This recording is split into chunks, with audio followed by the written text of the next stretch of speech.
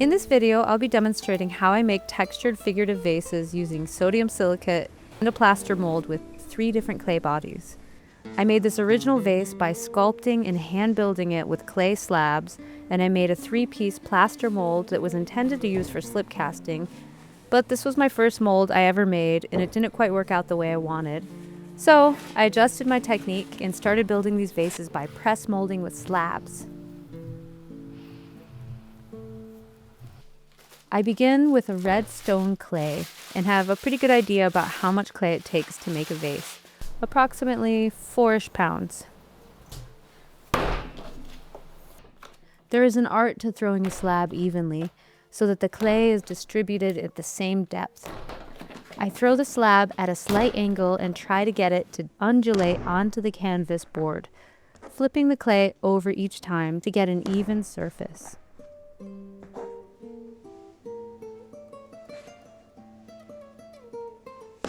Since I don't have a slab roller, I'm using some square dowel rods with a piece of canvas to roll out an even slab with a rolling pin. This also helps to compress the slab before building with it. I'm using a flexible rib tool to compress and smooth the slab surface before I paint on the sodium silicate. Sodium silicate is a clear, non-flammable compound made of sodium oxide and silica. Sodium silicate acts as a binder and a deflocculant in slip and glaze preparations, and also to create crackled textures on the clay surface, like I will be doing here. I paint on an even coat with a wide paintbrush, and I'm mindful of the sodium silicate dripping because it will harden like glass and it's very difficult to clean. With a heat gun, I dry the surface evenly. You want the sodium silicate to dry completely before pressing it into the mold, or it will stick to the mold and interfere with future castings. Once dry, I throw the slab again. Depending on how dry the surface is and how thick the silicate is, the crackled texture can vary a lot. I throw the slab in both directions to achieve a texture that looks like dry clay on the earth's surface. Once I have the desired texture and thickness, I'm measuring out the slab to cut in half in preparation for the mold. This technique of creating a crackle textured slab and forming into or on a mold can be applied to any form. I'm pressing the slab evenly into the mold with the crackle texture facing out. It's important to create contact with the entire slab into the form without pressing too hard that you lose the detail of the crackle texture.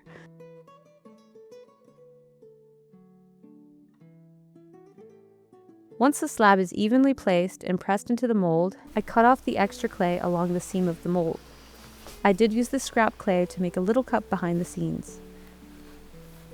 I repeat the process on the other side of the mold and wait a little while until they set up. I think I let them set up in the mold for 30 to 45 minutes.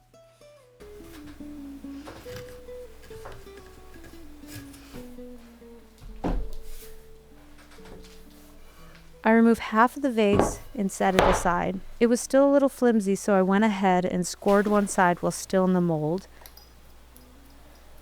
and scored the other side as well.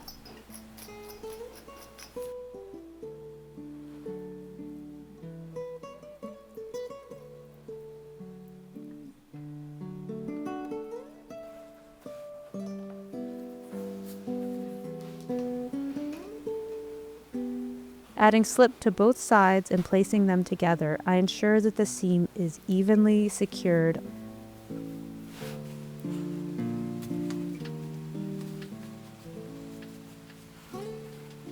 The form is much stronger now that it is whole, and I can easily remove it from the mold.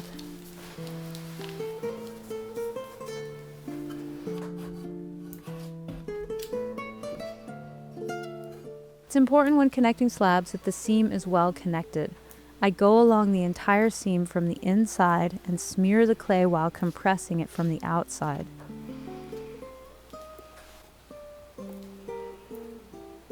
The top of the vase needed some finesse, so I went in with an X-Acto knife to refine the shape and give myself more room to secure the seam from the inside.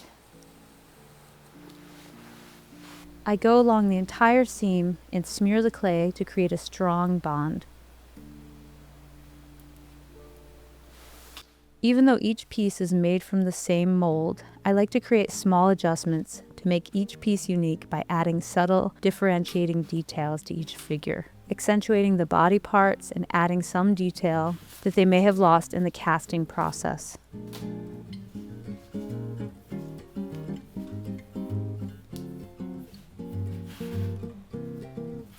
I'm burnishing the seam to create an even surface in hopes to blend the seam so well that you can't tell it was made with two pieces.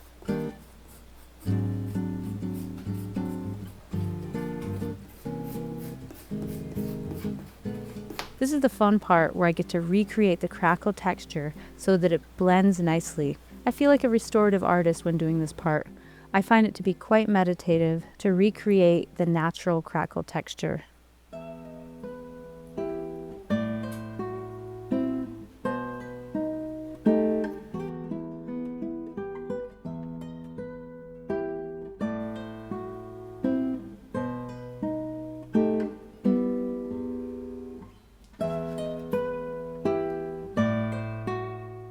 I like to work with many shades and textures of clay. I repeat the same process at a greater speed with this desert buff clay by throwing a slab, rolling out the slab evenly,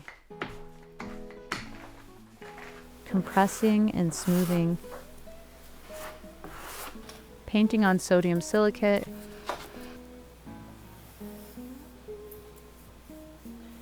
drying it, and throwing the slab to create an awesome crackle texture.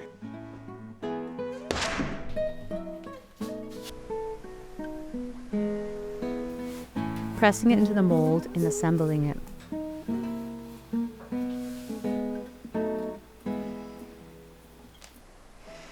I also made another with PRAF black sculpture clay.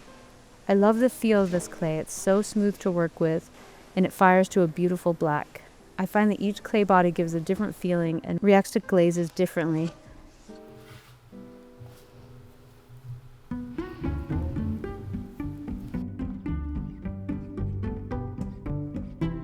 I love the way the crackles appear on the surface of this clay, and it was fun to draw in the crackled lines. If you'd like to see how these turned out once they're fired, I'll be posting that glazing video soon. Let me know in the comments if this video was helpful, inspiring, or if there's something you'd like to see me create in the future. Please like, subscribe, and share with a friend.